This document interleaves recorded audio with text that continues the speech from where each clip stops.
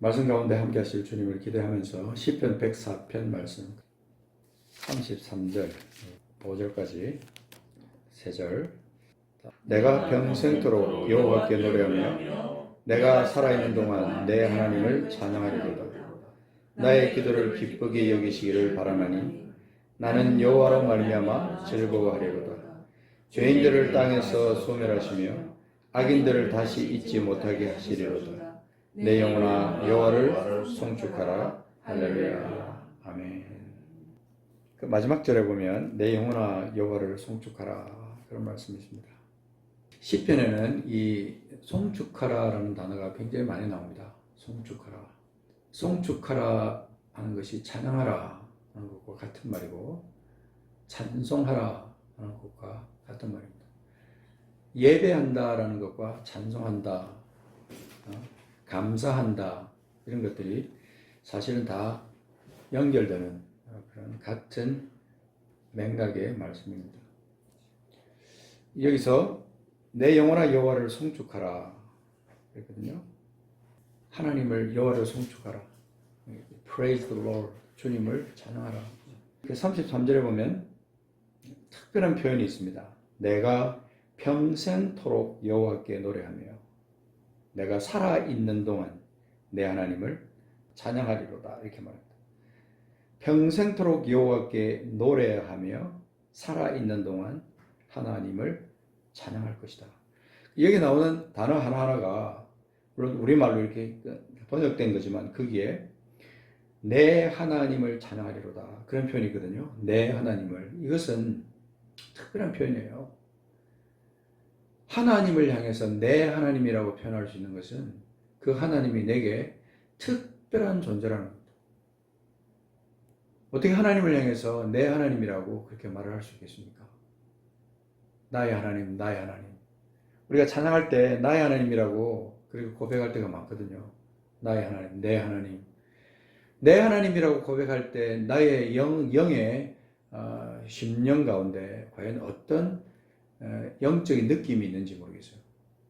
어떤 마음이 이 속에서 나오는지 모르겠어요. 내라는 말에 자기 이름을 넣어서 한번 우리 늘 하듯이 그렇게 한번 해보겠습니다. 시작. 순규가 평생토록 여호와께 노래하며 순규가 살아있는 동안 순규의 하나님을 찬양하리로다. 아멘. 이렇게 바꿔서 저는 이렇게 자주 이렇게 하거든요. 하면 진짜 영적인 감흥이 새로워요.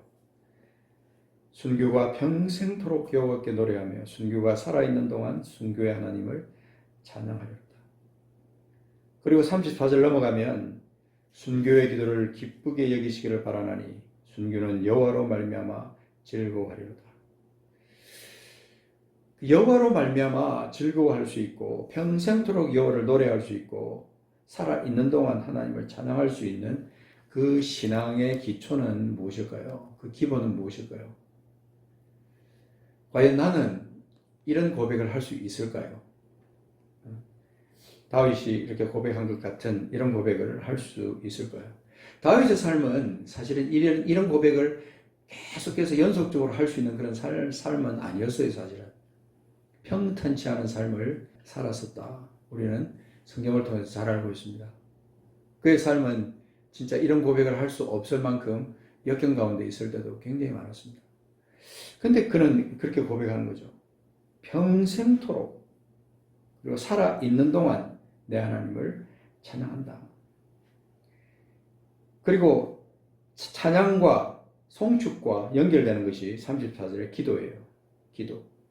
그 기도가 찬양과 함께 어우러져 나오면서 내 기도를 기쁘게 여기시기를 바란다. 여호와께서 내 기도를 기쁘게 여기시기를 바라나니 나는 여호와로 말미암아 내 기도를 기쁘게 여기시는 그 여호와로 말미암아 즐거워하겠다. 그래서 우리가 이런 말씀들을 우리가 읊조리면서 소리내서 읊조리면서 나의 신앙 고백으로 바꾸어 볼 수 있는 그런 우리의 신앙 생활이 되어야 됩니다. 우리의 삶이 신앙의 삶이 되어야 된다는 거죠. 찬양은 우리는 일반적으로 할 때 곡조고 붙은 고백이다 이렇게 말하잖아요. 나의 고백이 찬양을 가리켜서 곡조 붙은 고백이다 이렇게 말하는데, 찬양이 곡조 붙은 나의 신앙 고백이라면 그 고백은 그러면 끊어질 수 없는 거라는 거죠. 내가 말로 하는 고백, 그 생각으로 하는 고백, 글로 쓰는 고백, 이것도 중요하지만 곡조를 붙여서 하나님을 향해서 하나님의 이름을 높이고 주님 행하신 그 일을 송축하고 나를 위해서 행하셔서 내 죄를 다 도말하신 그 하나님의 역사하심, 예수 그리스도의 그 구속의 은혜, 이거 우리가 생각하면 자다가도 벌떡 일어나서 감사하고 감격할 수밖에 없는 그런 이유다 이 말입니다. 그 이유를 우리가 가지고 살아간다 그러죠. 그러니까 우리가 찬양과 기도는 항상 우리 삶 가운데 굉장히 중요한 포인트와 같다 그러죠. 자, 우리 신약으로 넘어가서 에베소서 1장 12절에 나오는 말씀을 잠깐 보겠습니다. 에베소서 1장 12절. 우리가 지난주에도 에베소서 우리 찾았었잖아요. 그죠? 에베소서 말씀 1장 12절에 보면 1장 3절을 한번 먼저 보죠. 3절에 보면 이럽니다. 찬송하리로다. 제일 먼저 나오는 게 찬송하리로다. 찬양하리로다. 송축하리로다. 그 말이죠. 이 송축하리로다 이 말은 주의 이름을 높이리로다.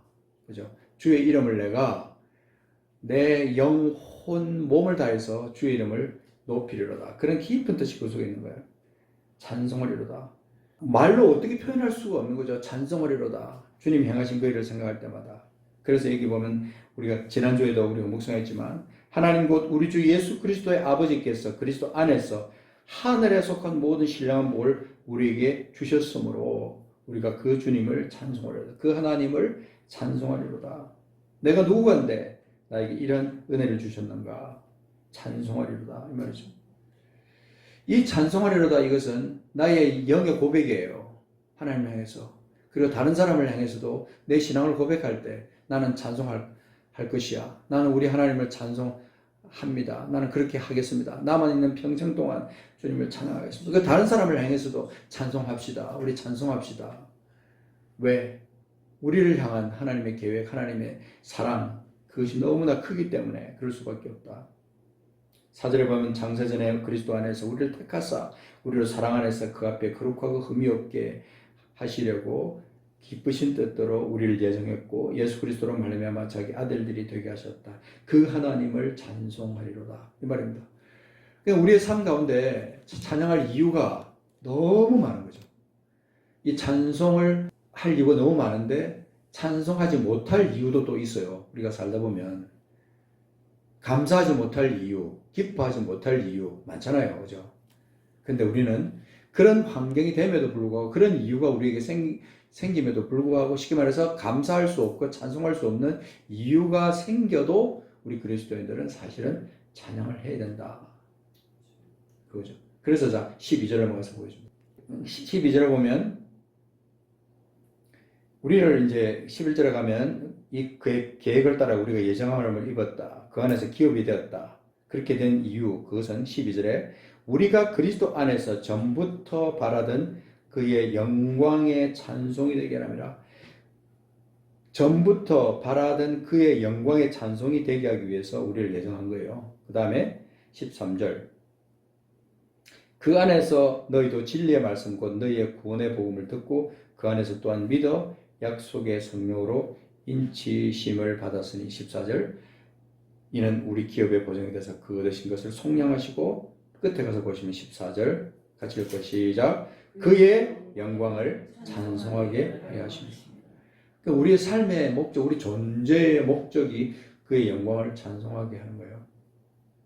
그러니까 우리가 구원받고 우리가 천당 갈 수 있고 우리가 이 땅에서 살면서 하나님의 권세를 가지고 누리면서 성령과 동행하면서 산다 그렇게 말하지만 궁극적인 우리 존재의 목적은 그의 영광을 찬송하는 존재다.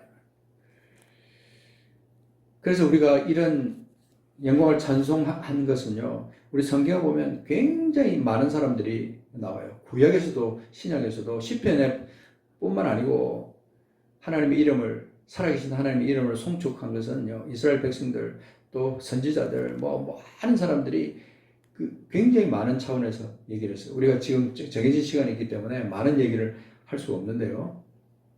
베드로전서 1장 3절 한번 잠깐 보겠습니다. 자, 베드로전서 1장 3절. 저 뒤로 가서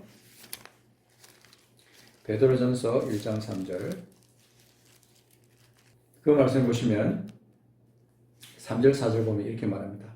우리 주 예수 그리스도의 아버지 하나님을 찬송하리로다. 우리 주 예수 그리스도의 아버지 하나님을 찬송하는데 그의 많으신 긍휼대로 예수 그리스도를 죽은 자 가운데서 부활하게 하심으로 말미암아 우리를 어떻게 했냐면 거듭나게 하셨다. 우리 주 예수 그리스도의 아버지 하나님을 찬송하는 그 가장 큰 이유가 우리가 보면 베드로전서 1장 3절에 나오는 그 말씀 보면 우리를 거듭나게 하사 산 소망이 있게 하신 하나님, 그 하나님을 우리는 찬송하지 않을 수가 없다는 거죠. 하나님께서 우리에게 이뤄놓으신 그것은 썩지 않고 더럽지 않고 쇠하지 아니하는 유업을 있게 하시나니 너희를 위하여 하늘에 간직하신 것이라. 우리 믿음의 선진들은 이 비밀을 깨달은 겁니다. 이 비밀, 믿음의 비밀. 자기가 예수 안에서 거듭난 하나님의 자녀가 됐고 산 소망을 하나님께서 주신 그것에 대한 감사를 그들은 할 수 있는 그 이유를 그들은 발견한 거예요. 그렇기 때문에 어떤 역경 가운데서도 그들은 손을 들고 하나님을 찬송할 수 있고 하나님을 원망하지 않고 주의 이름을 높일 수가 있었던 겁니다. 우리가 가지고 있는 그 유업들은 뭐냐면 썩지 않고 더럽지 않고 쇠하지 아니하는 유업이었어요. 그리고 이 표현을 그렇게 너희를 위해 하늘에 간직하신 것이라 그렇게 말하지만 우리가 종목적으로 우리는 그리스도와 함께 영원히 그곳에서 우리가 살고 이 땅 가운데 우리 회복되는 그런 모든 것을 우리가 누리게 되지만 지금 우리는 그런 삶을 우리가 지금 살아가고 있는 거죠. 예수 안에 있는 이 큰 비밀, 믿음의 비밀, 이것을 우리는 누리고 살아갑니다. 그래서 우리는 찬송한다. 그래서 계시록 5장 12절에 보면 이런 말씀이 있습니다. 그냥 한번 들어보십시오. 계시록 5장 12절에 큰 음성으로 이르되 죽임을 당하신 어린 양은 능력과 부와 지혜와 힘과 존귀와 영광과 찬송을 받으시기에 합당하더라. 합당하도다 하더라. 5장 13절에 내가 또 들으니 하늘 위에와 땅 위에와 땅 아래와 바다 위에와 또 그 가운데 모든 피조물들이 이르되 보좌에 앉으신 어린 양에게 찬송과 존귀와 영광과 권능을 세세토록 돌릴지어다. 계시록에 나오는 어린 양, 이 어린 양이 하신 일, 우리를 위해서 하신 그 일, 그 일을 우리가 생각하면요, 찬송과 존귀와 영광과 권능, 여기는 최고의 표현입니다. 찬송이 나오죠, 존귀가 나오죠, 영광이 나오죠, 권능이 나오죠. 이것을 세세토록 돌릴지어다. 그것을 받기에 합당하신 우리 주님, 그 주님을 향한 고백을 계시록에 나오는 성도들이 그렇게 외치는, 천사들과 함께, 장로들과 함께, 성도들과 함께 다 같이 그런 찬송을 올리는 거예요. 천상의 예배, 이것이 그 가운데 이루어져. 이렇게 할 수밖에 없는 우리 삶의 비밀은 우리가 진짜 찬양할 수 있는, 찬양해야만 하는 그 이유를 우리가 이 땅 가운데서 가지고 살기 때문에 그렇다 하는 것입니다. 바울을 포함해서 12사도들 다 그런 사람들이었어요. 다 그런 사람들이었어요. 믿음의 비밀을 가진 사람들이었어요. 믿음의 비밀을 깨달은 사람이에요. 그러니까 문제가 생길 때 그들은 그들의 눈앞에 닥친 그 문제를 바라보지 않았습니다. 하늘을 향해서 눈을 들 수 있었습니다. 그래서 그들은 순교의 길까지 갈 수 있었던 거죠. 아무나 순교할 수 있나? 그렇게 질문하잖아요. 근데 사실 예수 안에 있는 모든 사람들, 진짜 거듭나고 그리스도 안에서 이 찬송의 이유를 발견한 사람들, 이런 사람들은 진짜 순교자의 그 자리에까지 갈 수 있는 사람들입니다. 한 번은 실례를 한번 우리가 하나만 딱 찾아보겠습니다. 자, 사도행전 16장. 자, 거기 보면 우리가 너무나 잘 아는 그런 사건이 여기에 기록되어 있습니다. 바울과 실라가 복음을 전하다가 잡혔어요. 점치는 귀신 들린 여종, 그 사람이 장사를 못하게 막기도 하고 많은 사람들의 원성이 자자합니다. 그래서 바울 사도가 신라와 함께 감옥에 갇혔어요. 자, 근데 그렇다면요, 바울과 신라의 상황은 정말 극적인 상황입니다. 아주 음침한 그런 깊은 곳에 갇힌 거예요. 발에는 찼고 그 쇠사랑이 차이고, 그래서 더 이상 도망가지 못하도록 만들어야 할 만큼 그렇게 아주 큰 죄인으로 취급받아서 감옥에 갇혔습니다. 22절에 보면 무리가 일제 일어나 고발하니 상관들이 옷을 찢어 벗기고 매로 치라 하여 많이 친 후에 옥에 가두고 간수에게 명하여 든든히 지키라. 그들은 이런 명령을 받아 그들 깊은 곳에 가두고 그 발을 착고에 든든히 채웠다. 여기까지 그들의 상황입니다. 바울과 실라가 가지고 있는 믿음, 그들이 알고 있는 하나님, 그 하나님 도대체 어떤 하나님이냐? 그들이 지금까지 믿어왔던 그 하나님은 어떤 하나님이냐? 사실은 감옥에 들어가는 거기까지 그들은 사실은 자기들의 죄가 아니라 예수 그리스도를 전하다가 예수님 때문에 그들은 지금 갇혀 있는 거거든요. 물론 우리가 산상수훈에서 기뻐하고 즐거워하라. 하늘에서 너의 상이 큽니다. 주의 이름으로 그렇게 핍박당하고 그렇게 어려움을 당하는 사람들은 하나님께서 그에게 상을 그렇게 주실 것이다. 그렇게 말하지만 사실은 우리는요, 사람이기 때문에 당하면 이런 현실에 딱 봉착하면 우리는 앞에 환경이 먼저 보이지 그 믿음의 눈이 뜨이지 않습니다. 바울과 실라의 이 믿음은 사실은 우리 믿음과 같은 거예요. 우리가 이 바울과 실라가 가지고 있는 이런 믿음 같은 것을 우리가 가지고 똑같은 믿음을 가지고 살아야 되는 거예요. 그게 성도의 모습이거든요. 성도가 당연해야 되는데. 근데 자, 보십시오. 25절 같이 읽어보겠습니다. 시작. 한밤중에 바울과 실라가 기도하고 하나님을 찬송하며 죄수들이 듣더라. 자, 요거 하나밖에 없어요. 자, 바울과 실라가 한 거는 딱 하나예요. 한밤중에 바울과 실라가 기도하고 뭐 했으며? 뭐 했어요? 하나님을 찬송했다. 요거 하나예요. 너무 크게 찬송했기 때문에 죄수들이 다 듣습니다. 우리는 단순하게 이 얘기를 그냥 얘기하듯이 그냥 그렇게 할 수 있어요. 바울과 실라가 감옥에 갇혔는데 기도와 찬송해서 감옥 문이 열렸다 그러더라. 그렇게 우리는 너무나 잘 알고 있는 얘기예요. 이거 하나밖에 없는 겁니다. 기도하고 찬송하는 이거 외에. 그들이 왜 찬송했습니까? 찬송할 이유가 도대체 뭡니까? 그들이 지금 음침한 감옥에 갇힐 수밖에 없는 그런 일을 그들이 했기 때문에 그들이 갇혔고, 그렇다면 그들은 정말 찬송할 이유가 없는 거죠. 감사할 이유가 없는 거죠. 근데 역으로 그들은 예수님 때문에 그 예수님을 전하다가 그들은 갇혔기 때문에 그들은 찬송할 이유가 있는 겁니다. 지금 그것 때문에 그들은 찬송을 할 수 있는 거예요. 그것 때문에 기도할 수 있는 겁니다. 내가 만약에 이런 상황이 됐다면 과연 이 바울과 실라처럼 기도하고 하나님을 찬송할 수 있었을까? 갑자기 큰 지진이 나서 옥토가 움직이고 문이 곧 다 열리며 모든 사람이 메인 것이 다 벗어졌다.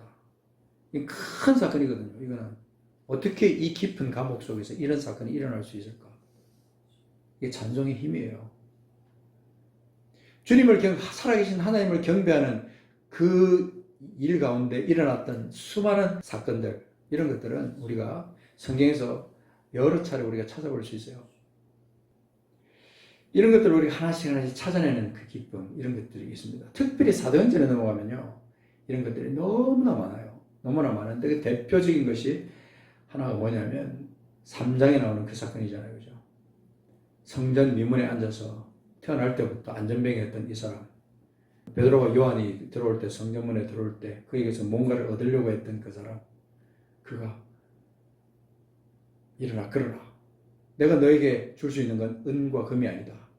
나사렛 예수 이름으로 일어나 걸어라. 그렇게 말을 손목을 잡고 일으키니 일어났어. 걷고 뛰면서 그가 한 건 뭐냐면요, 하나님을 찬송했다. 그의 삶은 엄청난 변화가 그때부터 일어난 겁니다.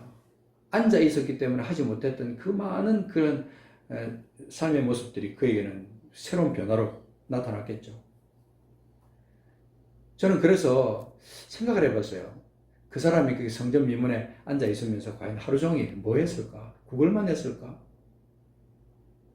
하나님께서 그 사람의 마음을, 그의 믿음을 보시고 베드로와 요한을 그에게 보내어서 그를 통해서, 베드로와 요한을 통해서 그가 일어나 걷고 뛸 수 있는 그런 사건으로 하나님께서 일으키셨다. 이런 것을 제가 묵상하게 되더라고요. 그가 안전병이어서 그렇게 고생하다가 걷게 되었다고 해서 그가 과연 하나님을 갖다 찬송하는 모든 사람들이 다 그렇게 하느냐. 자, 3장 9절 가면 그랬어요. 모든 백성이 그 걷는 것과 하나님을 찬송함을 보고 그가 본래 성전 미문에 앉아 구걸하던 사람인 줄 알았어요. 그의 일어난 일로 인하여 심히 놀랍게 여기며 놀라니라. 모든 백성이 그 걷는 것과 하나님을 찬송함을 보고 평소에 우리는 그런 일을 당하기 전에 그분을 향해서 어떤 마음을 가졌느냐에 따라서 그분을 송축하고 그분께 감사하고 찬송하느냐, 그런 것을 우리 생각해 볼 수 있어요. 북한에서 100명의 장님을 개안수술을 통해서 눈을 뜨게 한 그런 사건이 있었어요. 북한에서 오래전에 제가 알기로는 10년도 더 된 일입니다만 독일 의사들이 그렇게 했죠. 그렇게 했는데 100명의 눈을 다 이제 개안수술을 해가지고 한 자리에 다 모여서 눈을 다 이제 붕대했던 것을 갖다가 떼는 날입니다. 딱 뗐는데 그들이 찬양한 것은 누굴까요? 김일성이었습니다. 하나님도 아니고 그 의사들을 향해서도 감사한 것이 아니고 눈을 뜨자마자 무릎을 꿇고 손을 들고 감사한 것은 김일성이었어요. 김일성 수령님 감사합니다. 감사합니다. 그 눈에서 눈물이 쏟아지는 걸 내가 보면서 도대체 이건 있을 수 없는 일이잖아요. 우리가 하나님을 향해서 우리가 받은 그 감격이 있다면요, 우리는 우리 입에서 먼저 나올 것이 감사고 기쁨의 외침이요, 찬송이요, 또 그 기쁨의 고백들이 우리 속에서 나올 수밖에 없는 거죠. 그래서 저는 이 성전 미문에 앉아 있다가 걸으면서 뛰면서 하나님을 찬송했던 이 삶을 아마 남은 생애 동안 그렇게 평생하면서 살지 않았을까. 성경에는 물론 기록되어 있지 않지만 그런 생각을 해봤어요. 우리 삶의 어떤 그 근본 동력, 원동력, 이것이 뭐냐? 이걸 우리가 생각할 때 우리는 찬송을 빼놓을 수가 없습니다. 찬송. 공동체도 마찬가지예요. 교회도요, 찬송을 빼놓을 수가 없어요. 어떤 때는 저는 이 찬양만 하다가, 한 시간 내내 찬양만 하다가 끝나도 좋겠다 싶을 때가 있습니다. 계속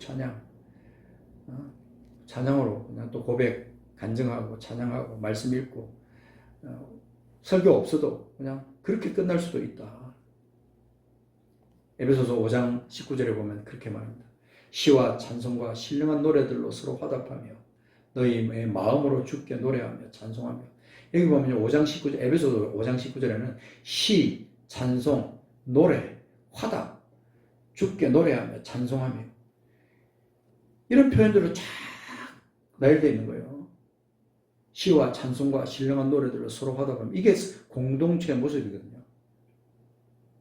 모여서 인간적인 얘기하고 그거보다는 하나님을 높이는 그것으로 꽉 차서 하나님께 영광 돌리고, 그리고 또 헤어지고 한 주간의 삶을 주님 앞에 그렇게 영광 돌리다가 또 모여서 또 같이 한 목소리로 하나님을 찬양하고 간정으로 하나님 앞에 영광 돌리고. 골로새서 3장에 가면 또 그 말씀이 또 있습니다. 자, 요거는 한번 좀 찾아보고, 시간이 가지만 골로새서 3장 16절 요거 한번 찾아보겠습니다. 3장 16절에 보면 이렇게 말하죠. 자, 16, 17절 보면 그리스도의 말씀이 너희 속에 풍성히 거하여 모든 지혜로 피차 가르치며 권면하고 시와 찬송과 신령한 노래를 부르며 감사하는 마음으로 하나님을 찬양하고 또 무엇을 하든지 말에나 일에나 다 주 예수의 이름으로 하고 그를 힘입어 아버지 하나님께 감사하라. 여기 공동체의 모습이에요. 영적으로 성숙한 하나님이 받으실 만한 거룩한 공동체의 모습이에요. 여기서 자꾸 우리가 벗어나니까 여기까지 미치지 못하니까 세상적인 모임, 종교적인 모임으로 자꾸 교회가 전락이 되는 거예요. 우리는 찬양할 이유가 있습니다. 우리가 찬송하지 않으면 우리는 우리 존재의 의미는 사실은 반감되는 거죠. 그냥 우리가 살기 위해서 존재한다. 이건 아무 의미가 없는 거죠. 정해진 수한 동안 그냥 먹고 뭐 그렇게 살다가 때가 되면 그냥 간다. 이거는 사실은 성도의 삶의 목적은 아니라는 겁니다. 뭡니까? 영광의 찬송이 되는 거예요. 하나님의 영광의 찬송, 그 하나님의 영광의 찬송이 되는 것이 우리 존재의 목적이다 하는 거죠. 히브리서 13장 15절 말씀, 요건 그래서 제가 읽어드릴게요. 한번 노트에는 적어놔 보십시오. 히브리서 13장 15절에 보면 우리는 예수로 말미암아 항상 찬송의 제사를 하나님께 드리자, 그런 말이 나옵니다. 근데 이 말씀 그 앞에 보면 우리가 지금 예수의 피로써, 예수도 자기 피로써 12절에 백성을 거룩하게 하려고 성문 밖에서 고난을 받으셨다.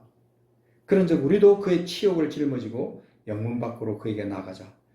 예수께서 그렇게 고난을 당했기 때문에 우리도 그렇게 고난을 당한다. 우리가 여기에는 영광 도성이 없으므로 장차 올 것을 찾나니 그러므로 우리는 예수로 말미암아. 지금 이 땅에 살면서 우리는 영광 도성이 우리에게 없어요. 소망이라는 것은 하나님께 밖에 없는 겁니다. 그렇기 때문에 아주 역설입니다. 그죠? 그러므로 우리는 그 예수로 말미암아 항상 찬송의 자세를 하나님께 드리자. 이럴 수 있습니까? 이럴 수 있는 것이 우리 성도의 모습이라는, 예수로 말미암아 항상 찬송의 제사를 하나님께 드리자. 이는 그 이름을 증언하는 입술의 열매다. 이 찬송을 입술의 열매로 표현하고 있는 거죠. 입술의 열매. 나도 모르는 변화, 내가 느끼지 모르는 변화, 어느 날 갑자기 내 입에서 찬송이 튀어나오더라. 감사가 튀어나오더라.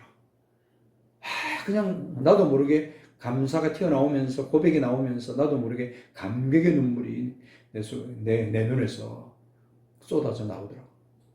이건 성도의 참 놀라운 그런 변화이면서 그런 영광스러운 모습이에요. 예수로 말미암아 그 예수님, 그 나를 위해서 십자가에 죽으시고 성문 밖으로 나가서, 영문 밖으로 나가서 고난을 당하신 그 예수, 그분으로 말미암아 항상 찬송의 제사를 하나님께 드리는 사람들이 되자. 이렇게 지금 히브리서 기자는 그렇게 고백하고 있는 겁니다. 썩지 아니하고 쇠하지 아니하는 유업을 있게 하신 그 하나님, 이 하나님을 향한 끊임없는 찬양이 우리 속에 나와서 주님 앞에 영광이 되는 우리 삶이 되기를 축복합니다. 그렇게 살다가 주님 찬양하고 기도하며 그렇게 살다가 언젠지 모르지만 내가 정한 때가 아닌 하나님이 정한 때가 딱 되면요, 그렇게 찬양하다 가는 삶이 영광스러울까?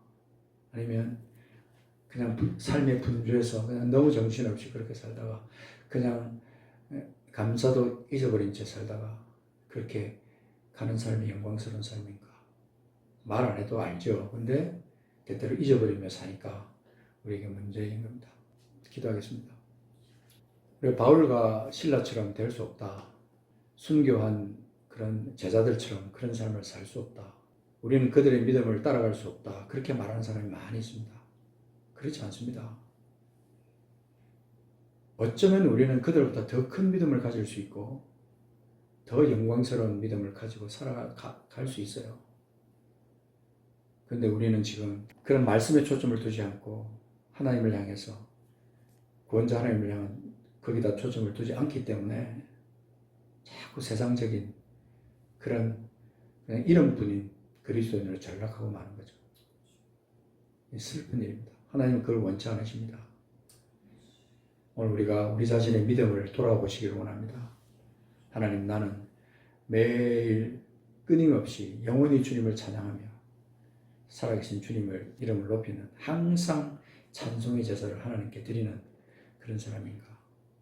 여러분 자신을 돌아보면서 하나님께 기도하는 시간이 되기를 합니다. 내가 평생도록 여호와께 노래하며 내가 살아있는 동안 내 하나님을 찬양하리로다. 나의 기도를 기쁘게 여기시기를 바라나니 나는 여호와로 말미암아 즐거워하리로다. 내 영혼아 여호와를 송축하라.